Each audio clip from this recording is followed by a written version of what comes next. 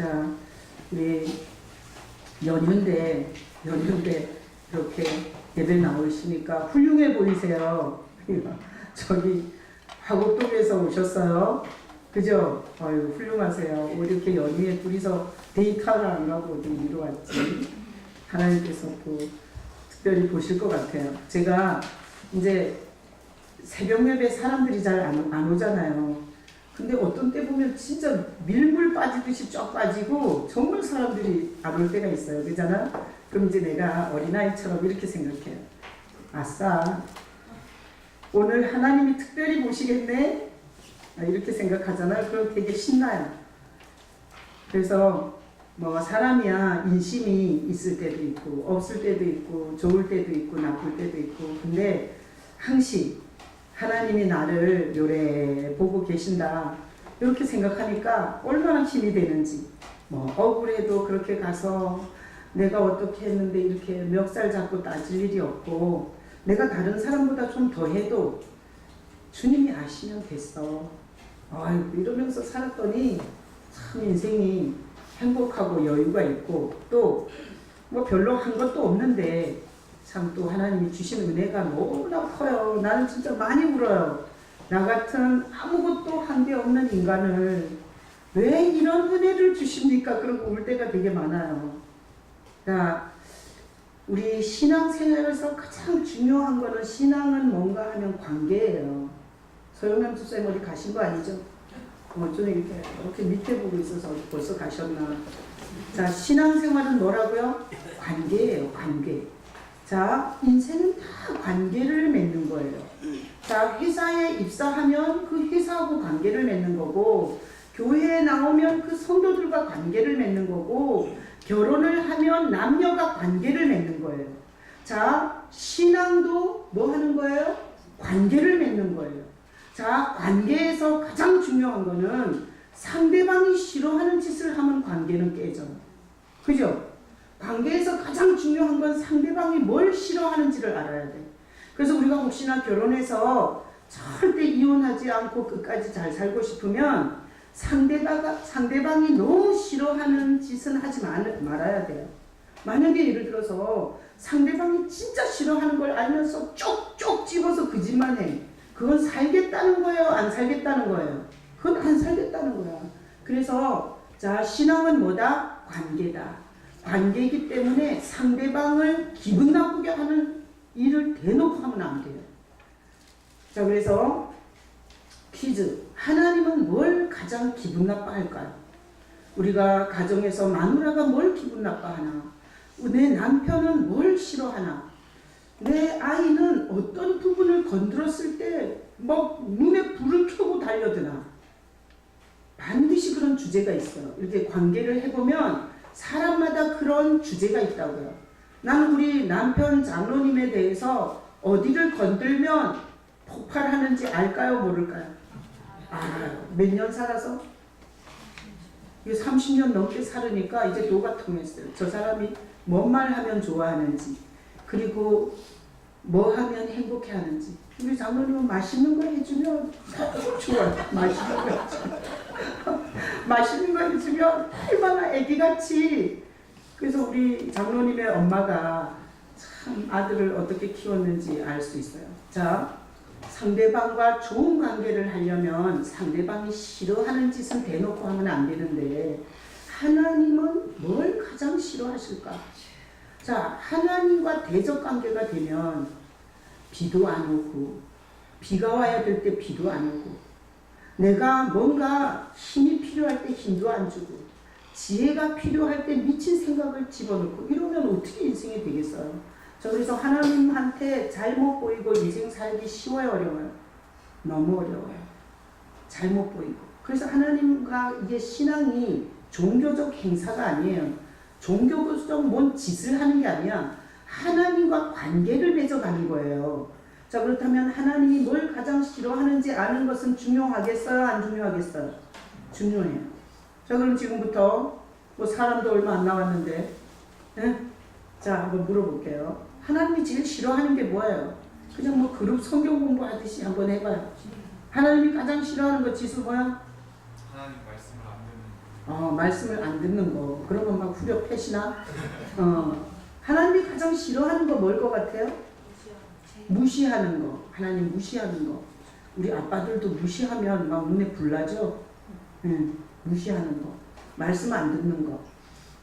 자, 하나님이 가장 싫어하는 건 성경에 말씀으로 정확하게 나와 있어요. 교만한 자는 물리치고. 하나님이 가장 싫어하는 건 교만이에요. 교만. 자, 기억하시기를 축복합니다. 하나님이 가장 싫어하는 건 교만이에요. 그래서 성경에 보면 교만하면 물리친대요. 못 오게 한대요. 그냥 세상에 방치해버려. 절대 하나님의 은혜가 있다는 것을 전혀 듣지 못하게, 그리고 전혀 사람들의 손을 안 내밀어서 하나님이 물리친다는 거예요. 그 멀리 한다 이 말이에요. 자, 하나님이 가장 싫어하는 게 교만인데, 자, 그러면 교만이라는 게 도대체 뭐냐? 잘난 척하는 거냐? 돈을 많이 번 거냐? 그리고 성공을 한 거냐? 우리는 그렇게 생각할 수가 없죠. 자, 그래서 교만이 뭔지 말씀 올려줘 봐요. 자, 이거 시편에 있는 말씀이에요. 하나님의 말씀 읽어봐요. 시편 29편 1절 2절 읽어봅니다. 너희 권능 있는 자들아 영광과 능력을 여호와께 돌리고 돌릴지어다. 여호와께 그의 이름에 합당한 영광을 돌리며 거룩한 옷을 입고 여호와께 예배할지어다. 자, 보세요. 하나님이 성경에 뭐라 그랬냐면 너희 권능 있는 자들아 영광과 능력을 여호와께 돌리고 돌리래요. 그래서 하나님이 일어나는 거예요. 너희들이 이 세상을 살아가면서 영광이란 단어가 무슨 뜻인가 하면 아주 빛나고 아름다운 영예예요.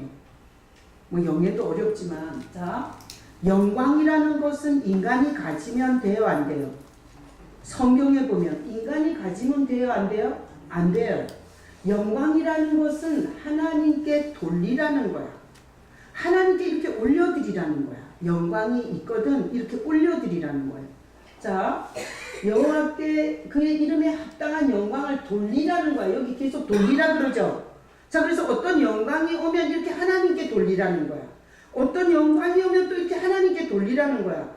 그런데 이런 게 도대체 뭐냐? 영광이 오면 하나님께 이렇게 돌려야 되는데 그렇게 하지 않는다는 게 교만이에요. 자, 그러면 샘플이 있어요, 성경에. 자, 샘플 보여드릴게요. 다음 구절. 사도행전 12장 21절 읽어봐요. 헤롯이 나를 택하여 왕복을 입고 단상에 앉아 백성에게 연설하니 백성들이 크게 부르되 이것은 신의 소리요 사람의 소리가 아니라 하거늘 헤롯이 영광을 하나님께로 돌리지 아니하므로 주의 사자가 곧 친히 벌레에 먹혀 죽으니라. 이게 사도행전에 나와 있는데 하나님은 우리가 애지간히 잘못해서는 즉살하지 않아요. 계속 회개의 기회를 주고 수천 번 수만 번 기다려주고 참아줘요. 근데 사도행전에 보면 헤롯은 하여튼 어떤 일이 있고 그날로 칵 죽었어요. 뭐에? 벌레에 먹혀서 죽어요. 이걸 성경이 기록했는데 도대체 헤롯이 뭘 했길래 하나님이 벌레, 오늘날로 말하면 바이러스 같은 거겠죠? 자, 벌레에 먹혀서 죽였는데, 자, 헤롯이 뭐 했나 보세요. 헤롯이 왕이에요, 왕. 그래서 아주 왕복을 저처럼 일반 백성이 입지 않은 아주 특별한 옷을 입었어요. 그리고 단상에 앉았어요. 근데 이 말씀 보니까 내가 위험하더라고요. 그죠? 여러분하고 다른 옷 입었잖아, 지금. 근데 이게 단상이잖아. 헤롯이, 백성들은 밑에 엎드려 있는데 헤롯은 높은 단상에 앉아 있었어요. 그리고 뭘 입고? 왕복을 입고. 그리고 나서 왕이기 때문에 백성에게 연설을 했어요. 자, 머릿속에 그려요. 헤롯의 모습을. 그렇게 연설을 했는데 백성들이 크게 부르되 이것은 신의 소리요 사람의 소리가 아니라. 그러니까 백성들이 그 높은 단상에 앉아서 백성들을 연설한 그 헤롯 왕에게 백성들이 엎드려 경배하며 당신은 사람이 아닙니다. 당신은 신입니다. 이런 거예요. 당신은 신의 소리요 사람의 소리가 아니다. 당신은 신입니다. 그래서 이때 당시에 로마의 황제는 거의 신의 경배를 받았어요. 자, 그렇게 사람들이 신의 소리로 사람의 소리가 아니다. 당신은 신입니다. 이렇게 할 때 그래 나는 신이야. 잘 받들어 읽었더라 이래야 돼요. 아니면 똑같은 인간이라 이래야 돼요. 이게 정상적인 인간 같으면 나도 자식 때문에 고민하고 나도 두렵고 나도 배 아플 수 있고 나도 당신들과 똑같은 인간입니다. 오직 영광을 받으실 분은 하나님이 받으셔야 합니다. 이랬어야 되는 거죠. 그런데 얘가 미쳤어요. 뭐라 그랬냐면 이랬어요. 헤롯이 영광을 하나님께로 돌리지 않았어요. 그리고 사람들이 자기를 신 취급을 하는데 자기가 그 영광을 받아 먹은 거예요. 하나님이 헤롯을 아주 보기 좋게 벌레로 죽여버렸어요. 그래서 헤롯은 영광을 취하다가 이 높은 단상에 2번 다시 못 올라갔어요. 죽었어요. 이 멋진 옷을 2번 못 입었어요. 그래서 오늘 말씀을 통해서 영광은 누구에게 돌려야 돼요? 하나님께 돌려야 돼요. 자, 하나님께 영광을 돌릴 게 뭐가 있냐? 나는 매일 눈을 뜰 때마다 태양이 뜨는 게 영광 돌려야 할 일인 것 같아요. 아니, 지구를 보면 허공 중에 이 태양계라는 게 있어요. 그래서 자전과 공전을 해야 이게 사계절이 있고 온도가 일정해요. 만약에 1도라도 어긋나면 우리는 타 죽든지 얼어 죽든지 아니면 물이 덮치든지.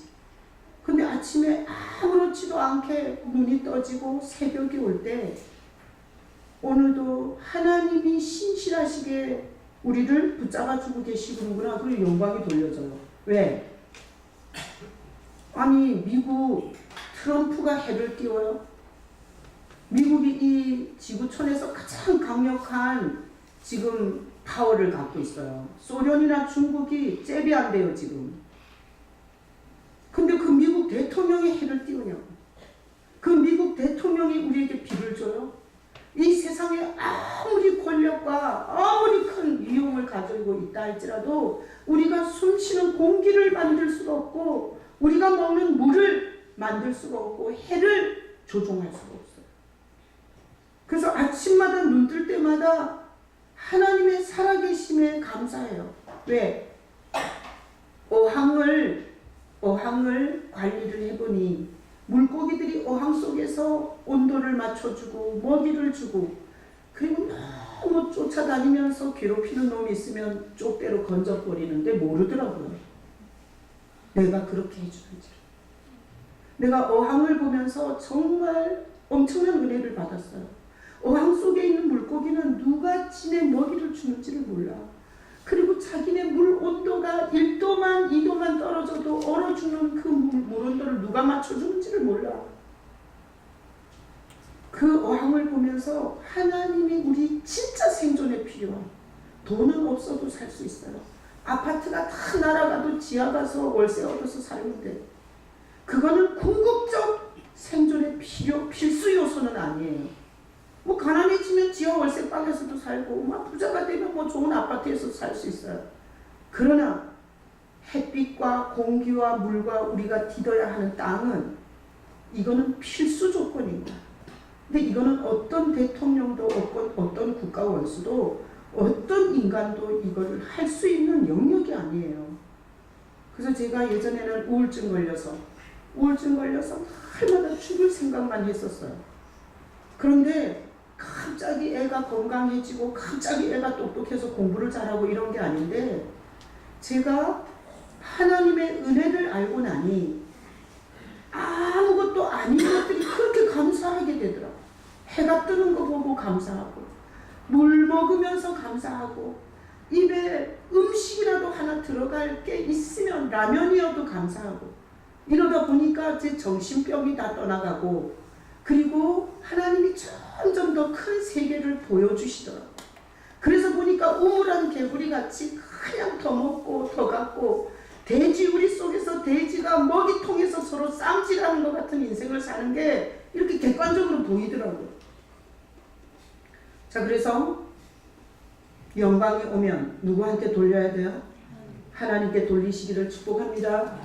여러분에게 어떤 영광이 올 때 헤롯처럼 이렇게 가로채서 하나님을 기분 나쁘게 하지 마시기를 축복합니다. 그래서 교만은 잘난 척하는 게 아니라 하나님이 받아야 할 영광을 자기가 훔쳐먹는 게 교만이에요.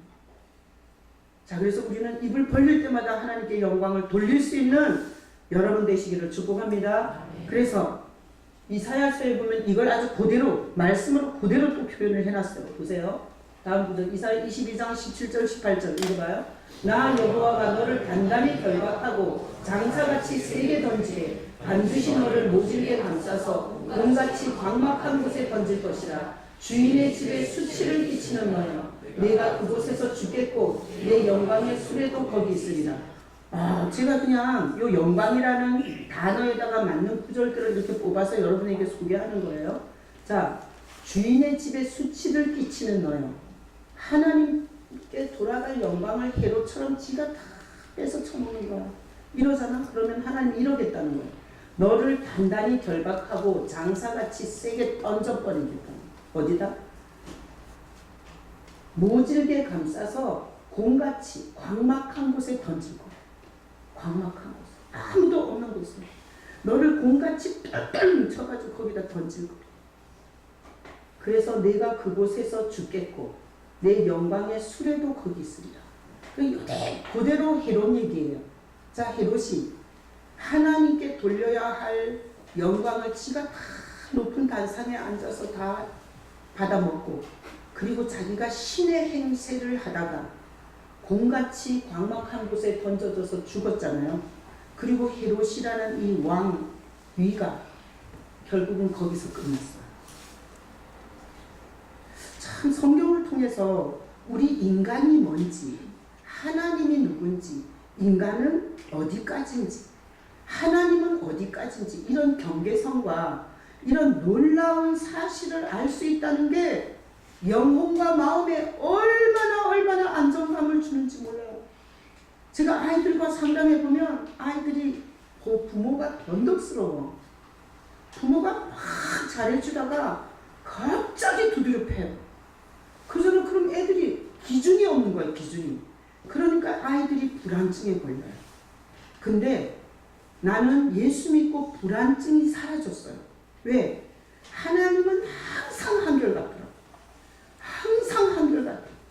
우리 아버지 엄마는 인간이라 감정적 변덕이 있으셨어요. 그래서 아버지 밑에 살 때 엄청 불안했어요. 언제 아버지가 화를 낼지 몰라.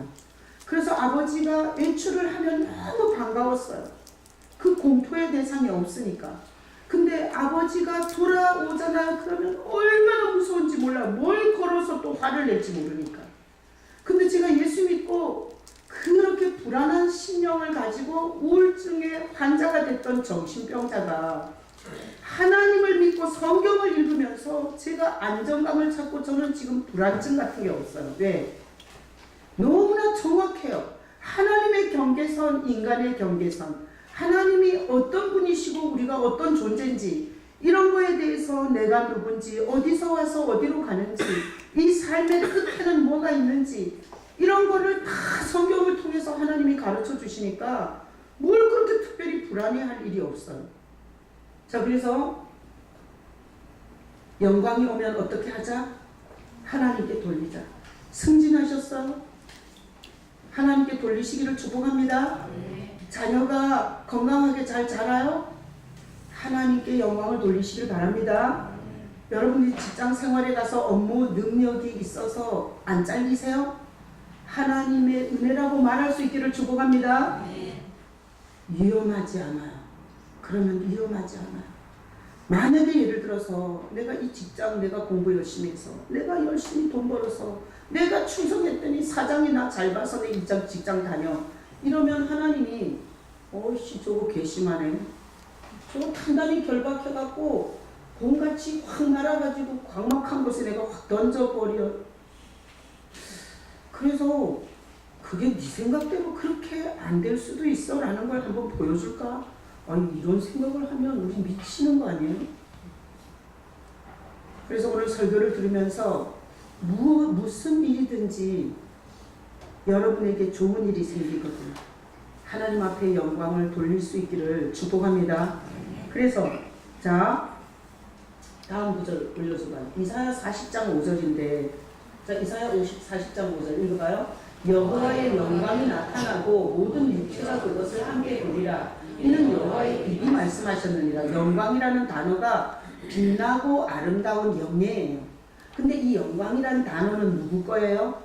하나님 거예요. 영광이라는 단어는 누구 거예요? 하나님 거예요. 우리가 가지면 안 돼요. 자, 여호와의 영광이라는 건 하나님 건데 이 영광은 보이는 거예요? 안 보이는 거예요? 안 보이는 거예요. 아니, 영광이라는 단어가 뭐 이런 휴지가 아니잖아. 영광이라는 단어가 이런 빔이 아니에요. 영광이라는 단어는 추상적인 단어예요. 근데 이 영광이 어떻게 한다고요? 나타난대요. 예수님이 오시기 700년 전 선지자의 글이에요. 근데 하나님의 영광이 나타나도 이렇게 우리 같은 육체가 볼 거래요. 그 영광을. 이렇게 성경이 써놨어요. 자, 그 다음 구절. 이사야 44장 23절에 보면 읽어봐요. 여호와께서 이 일을 행하셨으니 하늘아 노래할지어다. 땅의 깊은 곳들아 높이 부를지어다. 산들아 숲과 그 가운데의 모든 나무들아 소리내어 노래할지어다. 여호와께서 야곱을 구속하셨으니 이스라엘 중에 자기의 영광을 나타내실 것이로다. 제가 2절 뽑은 거예요. 자, 이런 말이에요. 영광은 안 보이잖아요. 근데 너네가 보게 나타날 거라는 거예요. 그렇게 이사야가 말하더니 어디에 나타나나 하면 어디에? 이스라엘. 이스라엘에 나타날 거라는 거예요. 그래서 이때 당시의 사람들은 예수님이 오시기 700년 전에 이 말씀을 보면서 어떻게도 해석이 안 됐어요. 어떻게 하나님의 영광이 눈에 보이게 나타나냐는 거야. 그리고 이스라엘에 나타난다 그랬는데 그게 뭔 말인지를 해석을 못했어요. 근데 우리는 해석하기 쉬워요, 어려워요? 너무 쉬워요. 왜? 예수님이 하나님의 영광으로 이 땅에 육체를 입고 오신 거예요. 그래서 예수님은 이스라엘에 태어나셨어요. 우리나라에 있는 교주들이 있어요. 문선명, 이만희, 어머니 하나님이 있어요. 여자 하나님이 있어요. 거기도 수만 명이 모여요. 미국 사람들도 엄청 와서 거기 턱받치고 앉아있더라고요. 자, 하나님의 영광이 나타나게, 보이게 나타나는데 어느 나라에서 나타나요? 이스라엘에서 나타난다고 성경은 정확하게 기록하고 있어요. 근데 우리나라에 있는 교주들은 다 가짜들이에요. 자, 이만희는 10만이 넘게 나와요. 10만이. 나는 가끔씩 생각해. 내가 이렇게 예수님 설교하는데 이렇게 쪼꼬미고. 아니, 이만희는 뭐라고 떠들었길래 도대체 10만이 넘게 모이는지 내가 가서 한번 연구 좀 해볼까? 소영남 지사님. 왜 그런 거예요? 왜 그러냐고 참. 자, 그렇게 700년 전에 하나님이 자기가 영광을 눈에 보이게 나타내는데 이스라엘에게 나타낸다 그랬는데 예수님이 이스라엘로 오신 거예요. 자, 그래서 오늘 본문에 보세요. 44절에 오늘 본문에 봐요. 너희가 서로 영광을 취하고. 그러니까 예수님이 와서 보니까 이런 거야. 서로 영광을 취한다는 게 내가 부모 재산을 받아서 서울대를 나와서 하버드를 나와서 취업을 해서 이렇게 내가 지금 돈을 벌어서 이런 아파트를 샀어요. 이렇게 지가 지 영광을 얘기하니까 또 한 놈은 나는 워낙 지혜가 있어서 공부를 잘해서 수석 아니면 안 한 적이 없고 그랬더니 우리 아들 딸이 또 날 닮아가지고 지금 SKY대를 다니고 있어. 이렇게 예수님이 와보니까 영광을 서로 다 인간들이 서로 다 취하고 있더라고요. 인간들이 서로 주고받으면서. 하나님께로부터 오는 영광은 구하지 아니하니 어찌 나를 믿을 수 있느냐. 예수님이 이 이사야의 말씀대로 하나님의 영광이 인간의 몸을 입고 인간 세상에 왔는데 지네끼리 영광 다 헤쳐먹고 예수님은 받아들이지도 않다는 거죠. 특히나 그 사회적으로 성공했거나 종교적으로 연륜이 오래된 종교인이거나 이런 자기 세계가 뚜렷한 사람은 절대 예수님을 받아들이지 않았어요. 자, 그래서 자, 예수님은 누구예요? 오늘 여기까지 설교를 듣고 보니 예수님은 누구예요? 하나님의 영광이 육체로 오신 분이에요. 정리가 되세요? 하나님의 영광이 육체를 입고 나타난 게 예수예요. 자, 그러면 한 번 더. 나만 떠들면 안 되잖아. 생각을 해야 돼. 신앙생활을 무슨 강시처럼 로봇처럼 하면 안 돼요. 그럼 사기당해요. 저 말이 맞는 말인가? 저 말 갖고 사람을 후려치는 게 아닌가? 이렇게 연구를 하셔야 돼요. 그래야 안 당해. 여러분, 목사 잘못 만나면 인생 팡 깨지는 거 아시겠죠? 자, 그래서 다시 한번 생각해 보세요. 자, 예수님이 누구신가라는 질문에 하나님의 영광이 육체로 나타난 분이다. 됐죠? 자, 그렇다면 한 번 더. 예수님을 믿는다는 건 뭐예요? 예수님을 믿는다는 건 뭐예요? 하나님께 영광을 돌리는 거예요. 아셨어요? 하나님이 영광으로 오셨어요. 근데 그분을 믿어. 그잖아, 영광을 돌리는 거야. 그러니까 교회 건물을 수백억을 만들어 이게 성전 건축을 해놓고 사람들을 수십만을 모아놓고 예수님에 대한 믿음이 없으면 하나님께 영광을 돌리는 거예요? 아니에요? 아니에요. 그러니까 하나님이 영광 받으시는 건 예수님을 믿을 때 영광을 받으시는 거예요. 왜? 그 영광이 오셨는데 그분을 믿기 때문에. 자, 그래서 신약에 아주 이 얘기를 정확하게 신약에 와서 기록을 해요. 자, 읽어봐요. 요한복음 1장 14절 읽어봐요. 말씀이 육신이 되어 우리 가운데 거하시네 우리가 그의 영광을 보니 아버지의 독생자의 영광이요 은혜와 진리가 충만하더라. 요한복음 1장에 정확하게 기록을 해놨어요. 자, 하나님의 영광이 육신을 입고 우리 가운데 왔는데 우리가 그의 영광을 보니 아버지의 독생자의 영광이라는 거야. 그러니까 예수님은 영광이세요. 하나님이 보낸 영광이에요. 헤롯은 지가 단상에 앉아서 지가 신이라고 하는 영광을 헤쳐먹고 즉살해서 죽었다면 우리가 하나님이 보낸 영광인 예수님을 믿을 때 하나님께 돌리는 영광이 크기 때문에 하나님이 우리에게 주시는 은혜는 말로 다 할 수 없는 거예요. 자, 이걸 정리가 되셨어요? 자, 다시 한번 나는 아주 즐기게 중요한 거는 각인을 시키는 설교를 해요. 그 이것저것 떠들다가 뭔 얘기했는지 모르고 집에 가면 불쌍하지 않아요? 이 연휴에 이 한 시간 와가지고. 자, 소영남 집사님. 자, 예수님은 뭐예요? 예수님이 뭐예요? 하나님의 영광이에요. 예수님을 믿는 건 뭐예요? 하나님께 영광을 돌리는 거예요. 근데 현실을 보세요. 교회들이, 목회자들이, 사역자들이 예수를 믿지 않으면서 종교 짓을 할 수 있어요. 그건 하나님께 돌리는 영광이 없는 거예요. 우리는 교회 예배당이 크면 영광 돌리는 줄 알아요. 사람들이 많이 모이면 영광 돌리는 줄 알아요. 하나님께 영광 돌리는 자는 누구냐?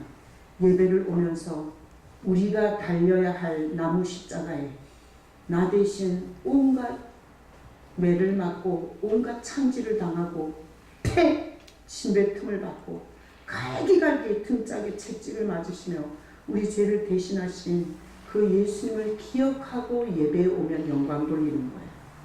난 여러분들의 지금까지 예배가 하나님이 보실 때 영광을 돌리는 예배였기를 축복합니다. 지금까지는 아니었어도 지금까지 만약에 부동산 투자해놨는데 좀 올라야 되는데 오늘 주일 예배 빠지면 떨어질지도 몰라. 이래서 온 예배는 영광을 돌린 거다 아니다? 아니다! 그렇게 했다 할지라도 주님은 용서해 주세요. 언제부터? 오늘부터. 왜? 하나님은 항상 모르는 걸 가르쳐서 더 좋게 해주세요. 모르는 걸 가르쳐서. 예수를 믿는 건 하나님께 영광을 돌리는 일이에요. 난 여러분들이 교회에 올 때 부동산 투자한 거 더 올리려고, 자식 좋은 학교 보내려고, 내가 노후가 편해지려고 이렇게 오지 마시고 이번 주 이후로부터는 예수님을 바라보고 그 예수님을 생각하면서 하나님께 영광을 돌리는 예배를 할 수 있기를 예수의 이름으로 축복합니다. 그럼 판이 달라져. 판이. 교회를 열심히 다니는데 진짜 되는 일이 없는 인생도 있어요. 뭐 된다는 게 부자가 되는 게 아니야. 영혼이 평안하고 어떤 문제를 만났을 때 지혜가 확 와서 해결하고, 그리고 사람하고 어떤 관계가 틀어졌을 때 그 관계를 잘 풀어가고, 이런 게 잘 사는 거예요. 은혜는 그런 거예요. 자, 그래서 예수님이 영광이라는 거 아셨죠? 다음 구절 봐봐요. 자, 시편 24편 7절에 보면, 자, 읽어봐요. 문들아 너희 머리를 들지어다. 영원한 문들아 들릴지어다. 영광의 왕이 들어가시리로다. 스톱. 여기까지만. 자, 문들아. 문을 향해서 말해요. 성경이. 문들아. 한 개예요? 여러 개예요? 여러 개요. 이게 문이 한 개면은 문아! 이래야 돼. 근데 성경에 문들아. 이건 문이 많은 거야. 문들아 너희 머리를 들지어다. 영원한 문들아 들릴지어다. 영광의 왕이 들어가시겠대. 자, 그러면 퀴즈. 여기서 문들은 뭔 문을 말하는 거예요? 마음의 문. 인간의 마음의 문을. 하나님께서 인간을 완전히 자유의지를 가진 로봇가 아닌 완전히 자유 선택을 할 수 있는 존재로 만들었어요. 자, 그리고 나서 문을, 자, 잘 보세요. 내가 또 이런 것도 잘 시청각을 해야 돼. 이게 또, 문이 우리는 보통 이렇게 두 짝이 있다면 문이 이렇게 열리잖아요. 이렇게. 그죠? 이렇게 열리죠? 근데 왜 성경은 문들아 너희 머리를 들지어다 그랬을까요? 자, 예루살렘에 가면 성문이 있는데 성문은 들어서 열려. 들어서. 자, 퀴즈. 문이 이렇게 열리냐 들어서 열리냐 중요해요? 안 중요해요?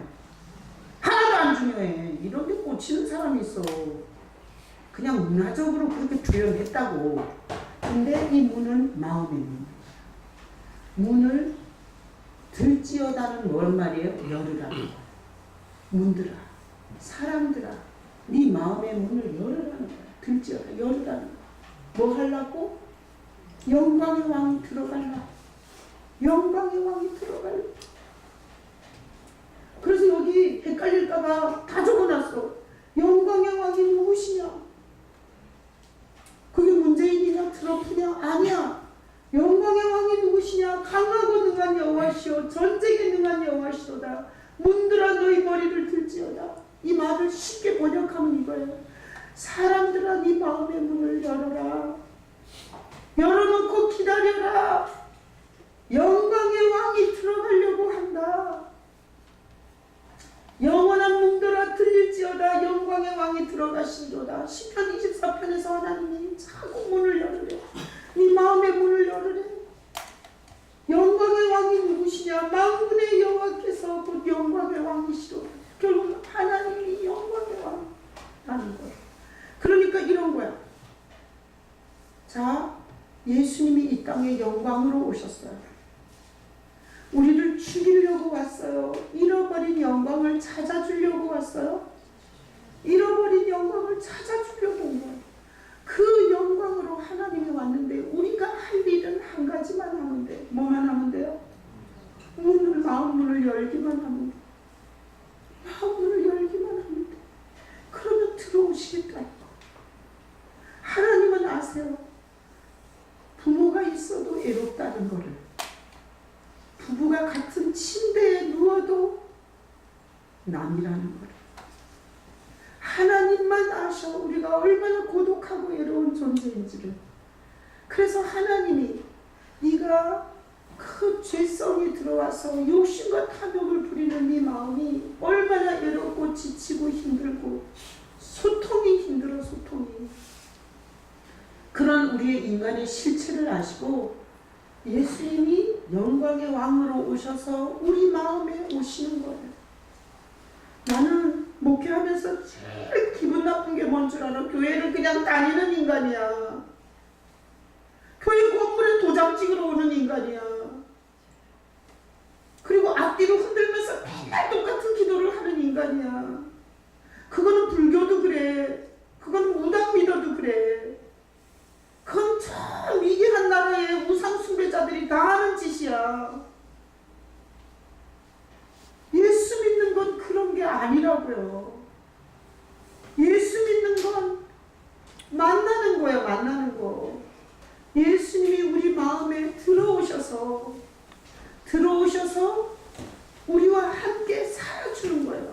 살아주는 거. 그래서 우리가 할 거는 하나밖에 없어요. 그냥 문이 이런 문이잖아. 그럼 들고 기다려. 들고. 자, 문은 다 지 맘대로 생각해요. 예루살렘 성문 같으면 들어 위로 들어. 만약에 이런 문이야, 이런 문. 그럼 열어놓겠지, 열어. 죄인이 하나님의 은혜를 잊고 싶을 때 죄인이 할 수 있는 유일한 한 가지 일이 있어. 한 가지. 그건 뭔가 하면 마음을 들거나 열고 기다리면 돼. 들거나 열고. 자, 그래서 제가 목회하면서 보니까 이래요. 예수님을 만났어요. 이렇게 말하는 사람도 있어요. 나는 예수님을 만나 대화하고 인도받고 예수님이 어쩌고 저쩌고 했다는 거에 대해서 나는 잘 몰라요. 이런 성도도 있어요. 자, 그러면 예수님이 나에게 와서 뭐라고 하는지 잘 모르는 사람은 쫓아내야 돼요? 아니. 저도 교회에 올 때 나는 종교 집단인 줄 알았어요. 그래서 나는 우리 믿는 남편을 따라서 교회를 다니며 정말 속으로 욕을 많이 했어요. 미친 것들. 이 과학시대에 신이 있긴 뭐 있어.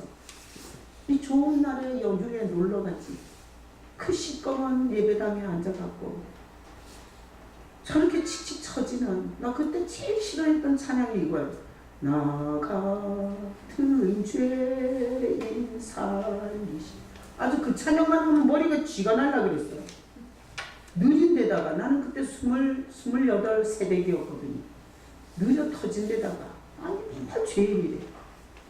아니 내가 도둑질을 해서 살인을 해서 이것들이 그냥 싸잡아서 교회 예배당에 앉혀놓고 도매금으로 맨날 죄인이라고.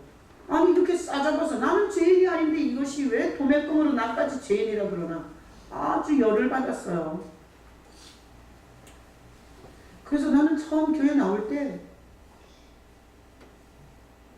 마음문을 여는 게 뭔지 뭐 그렇게 얘기도 안 해줬어. 그래서 그렇게 설교하지도 않아서 뭔 얘기를 떠들었는지도 몰라.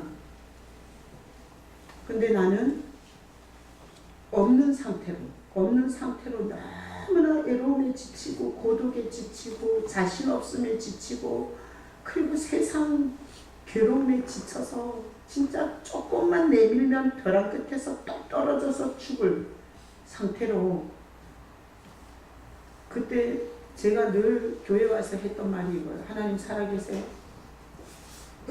살아계시면 나 좀 어떻게 좀 해봐요. 살아계세요? 그럼 나 좀 만나보라고요. 살아있다면서 뭐 하는 거예요 도대체. 내가 하늘에다 대고 내가 말 되게 많이 했어요. 자, 시편의 말씀에 보면 모든 사람들에게 이런 초청을 해요.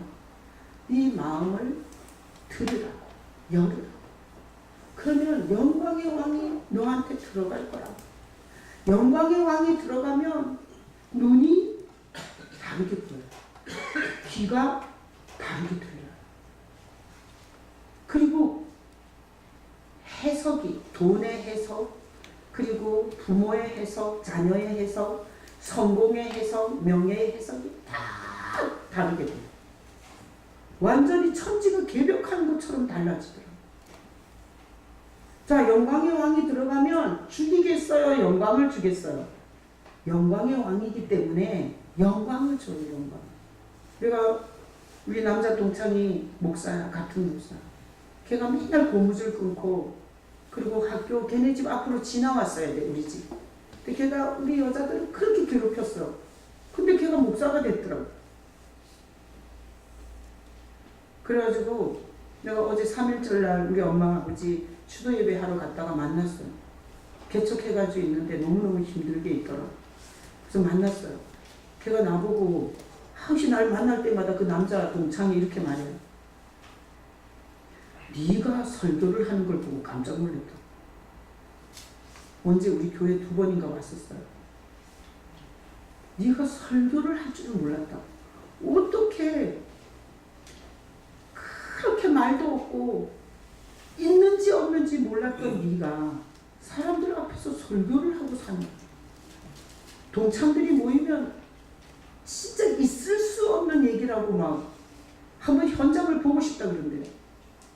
자, 그러니 그렇게 용기도 없고 찌질하게 어깨를 숙이고 남 지붕 밑에 동전 떨어졌나 이러고 다니던 인생이 아니 이렇게 됐으니까 아니 영광의 왕이 와서 아니 영광 나타내는 거 아니에요? 아니 걔 볼 때마다 아유, 쟤한테는 진짜 영광이 되겠다 내가. 절대 저런 인간이 아닌데 희한하다. 걔한테 얼마나 영광이 되겠어요. 여러분 마음을 열고 주님 예수님을 생각하면서 교회를 올 수 있기를 축복합니다. 그러면 언제 들어가는지 몰라요. 언제. 제가 이렇게 영접을 시킬 때 들어갈 수도 있고요. 이렇게 설교를 듣고 찬양을 하고 예배하다가 언제 이분이 들어갈지 몰라요. 근데 이분은 일단은 여러분에게 들어가고 싶어요. 뭐 하려고?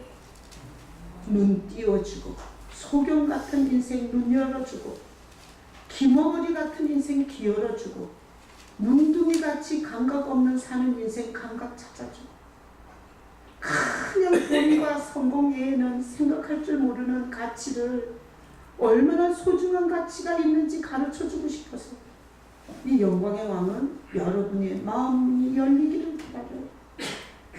난 이 설교를 준비하면서 성도들을 생각했어요. 성도들이 한 20년 된 성도도 있고 온 지 얼마 안 된 성도도 있고 다 성도들이 몇 명 안 되니까 난 이 머릿속에 다 있어요. 그 집 아버지 엄마까지 다 알아. 아니 몇 명 안 되는데 내가 뭐 친정을 모르겠어요. 시집을 모르겠어요. 다 알아. 아들이 몇 명인지 딸이 몇 명인지 무슨 직장에 다니는지 알 수밖에 없어요. 작기 때문에. 근데 그 성도들을 다 생각하면서 들릴 문은 들려있고 열릴 문은 열려있기를 얼마나 간절히 기도했는지 몰라요. 그것만 하면 돼요. 얼마나 쉬워요. 내 마음을 열기만 하면 돼요. 그분이 오는 건 당신 마음이에요. 오고 싶을 때 오셔요. 내가 마음대로 오라가라 할 수 없는 분이세요.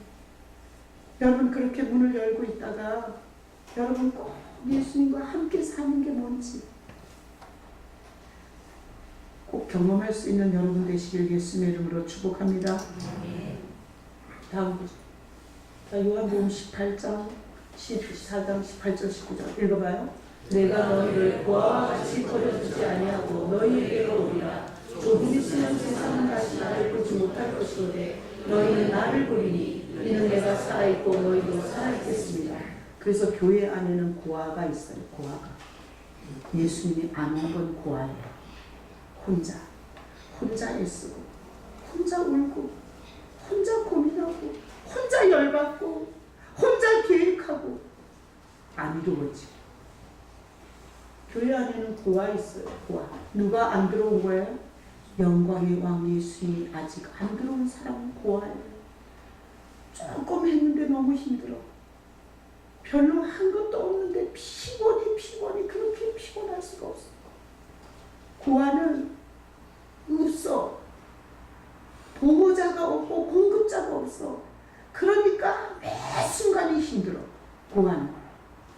근데 여기 고아와 같이 버려두지 아니하고 너희에게로 오리라. 예수님이 온다고 말해요. 온다. 그러면서 조금 있으면 세상은 다시 나를 보지 못할 것이로되 이건 십자가에서 죽어서 못 본다는 거야. 그러나 너희는 나를 보리니. 십자가에서 죽어서 끝난 게 아니라 부활하셔서 제자들을 다 만나줬어요.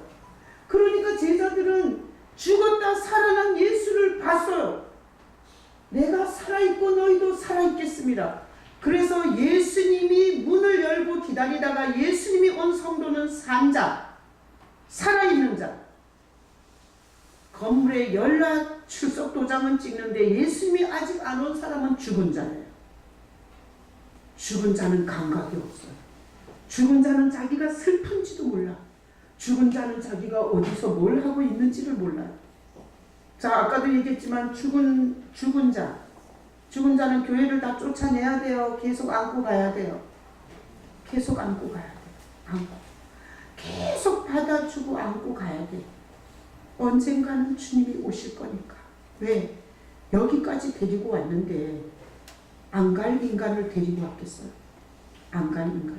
더군다나 저는 목사지만 예수님을 만난 목사예요.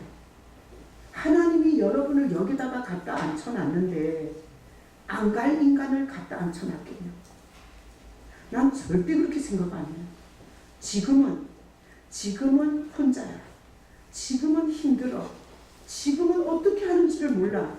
그렇지만 안고 기다리고 참고 가다 보면 반드시 주님이 그 사람에게로 들어갈 때가 있을 거라고 믿습니다. 그래서 죄송한데요, 우리 임정희 권사님, 그죠? 임정희 권사님, 여러분 한번 교제할 시간이 있으면 우리 임정희 권사님과 한번 교제해 보세요. 권사님이신데 저희 교회에 오셨어요. 제가 모시고 사무실에 가서 예수님을 소개했어요. 그리고 예수님을 주인을 내려놓고 예수님을 주인으로 영접 기도했어요. 그러고 나서 권사님이 항상 얘기해요. 자기가 예전에 신앙생활 했던 거는 모르고 한 거라. 행복하시다. 소영남 주선 마찬가지죠.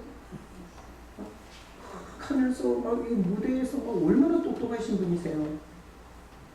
근데 집사님이 말했어요. 집사님이 막 온몸에 피부병이 생기고 막 불면증이 오고, 그죠? 완전히 생지옥을 살고 있을 때 제가 도대체 도와줄 길이 없는 거예요. 근데 내가 할 줄 아는 거는 예수님 소개하고 영접시키는 것밖에 못해요. 왜? 예수님이 가시면 알아서 다 하시더라고요. 내가 할 게 없더라고요. 그래서 내가 소영남 집사님 모시고 가서 마귀가 나한테 교수다.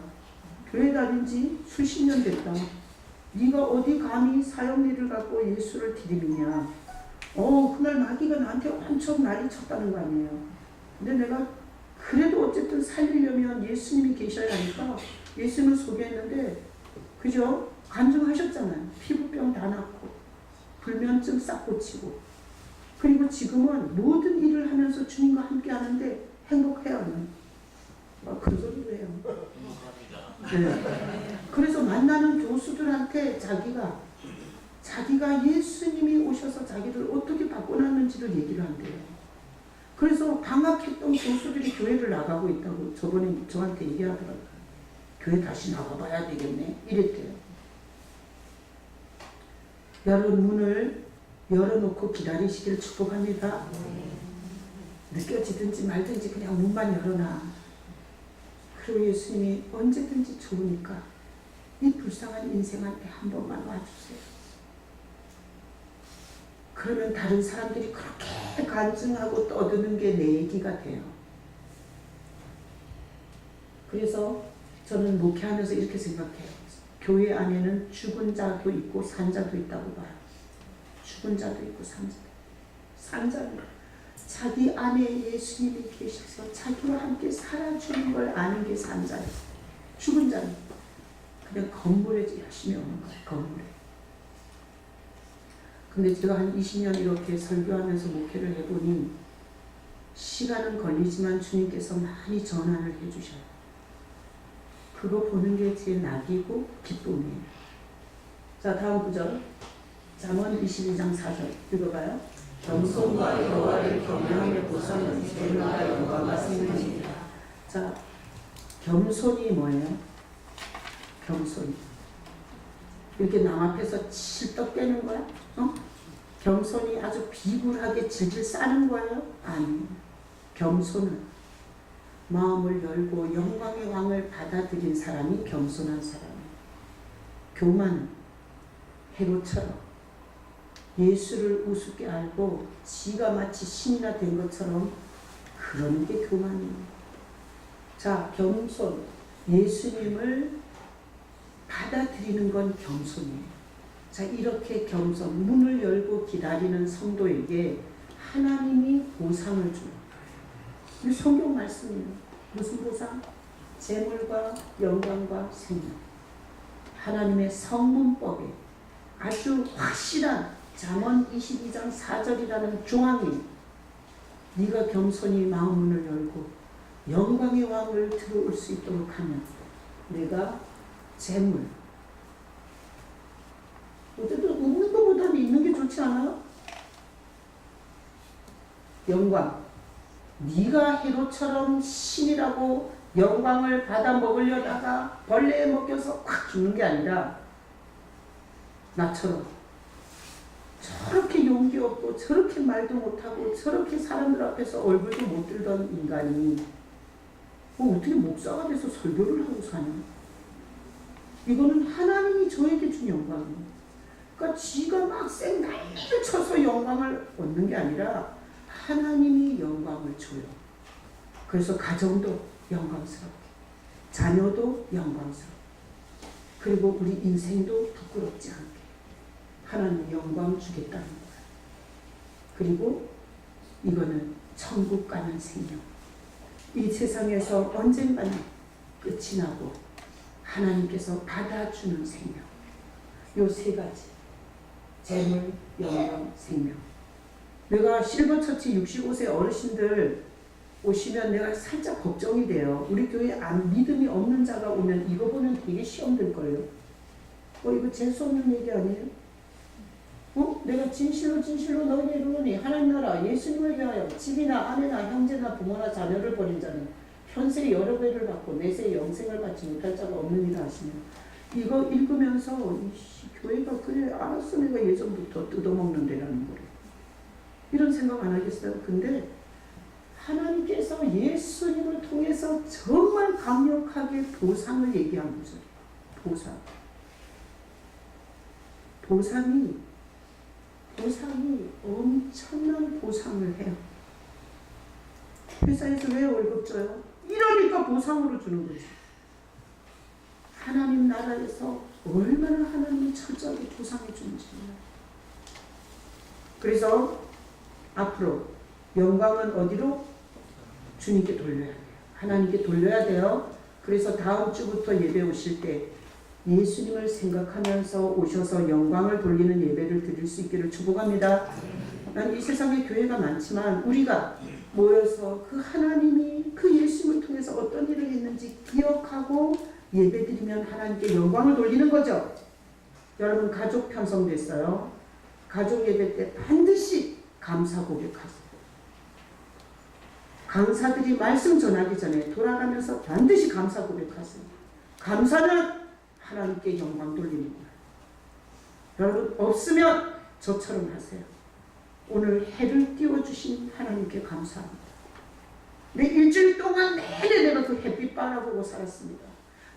나는 땅이 없으면 걸을 수 없는 존재입니다. 근데 내가 일주일 내내 하나님이 만든 땅을 걷고 살았습니다. 감사합니다. 이렇게라도 하세요. 난 여러분들이 가족들이 모였을 때 하나님께 할 수만 있다면 여러분이 입으로 하나님께 영광을 돌리는 일이 많아지기를 축복합니다. 저는 너무나 힘든 일들이 많았어요. 남편도 힘들고 자식도 힘들고 나도 병들고 되는 일은 없고 얼마나 인생이 힘들 때 제가 개척을 했어요. 그래서 도대체 풀리는 일이 없는 거야.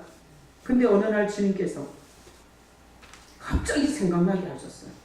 찬양을. 주의 인자는 끝이 없고 주의 자비는 무궁하며 아침마다 새롭고 늘 새로우니 주의 성실이 큼이라. 성실하신 주님. 건축하는데 빚더미 앉았어요. 사채를 써가지고 IMF 때인데 150만 원씩 이자만 150만 원을 내야 되는 거야. 장모님은 직장도 없었어요. 어쩌면 힘들 때 그렇게 콱콱 막히는지. 근데 이 찬양을 생각나게 하면서 하나님이 성실하게 오늘도 해 띄운다고 생각나게 하시죠. 네가 힘드냐? 하나님이 죽은 것 같냐? 너 오늘 해 뜨는 거 하나님의 성실이라는 걸 모르냐? 와, 그래서 내가 그날 엄청 부럽다는 거 아니에요? 그래서 아침마다 해가 뜰 때마다 하나님은 변함없이 성실하게 일하시는 주님을 내가 감사하고 영광을 돌려요. 예배를 통해서 영광을 돌리고 가족 예배를 통해서 감사로 영광 돌리고 우리 이렇게 하나님께 영광을 돌려 하나님이 여러분에게 주시는 영광 가득할 수 있기를 예수님의 이름으로 축복합니다. 아멘. 자, 성찬. 자, 이거는 예수님의 살을 상징해요. 이 예수님이 자기 살을 다 찢어서 우리를 살린 거예요. 자, 그 예수님의 살을 우리